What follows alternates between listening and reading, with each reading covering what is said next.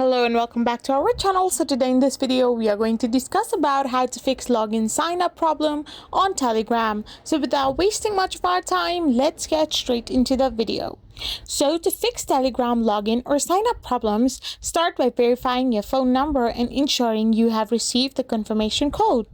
If you cannot receive the code, check for spam or try waiting and retrying.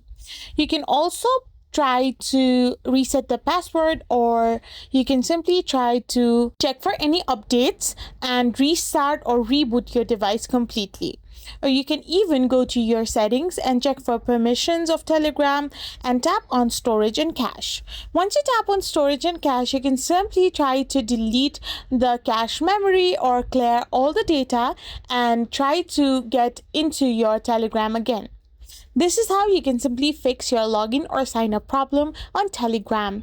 I hope you found this video helpful, so don't forget to hit that subscribe button and to give us a thumbs up. We will be back again with more informative videos. Thank you for watching.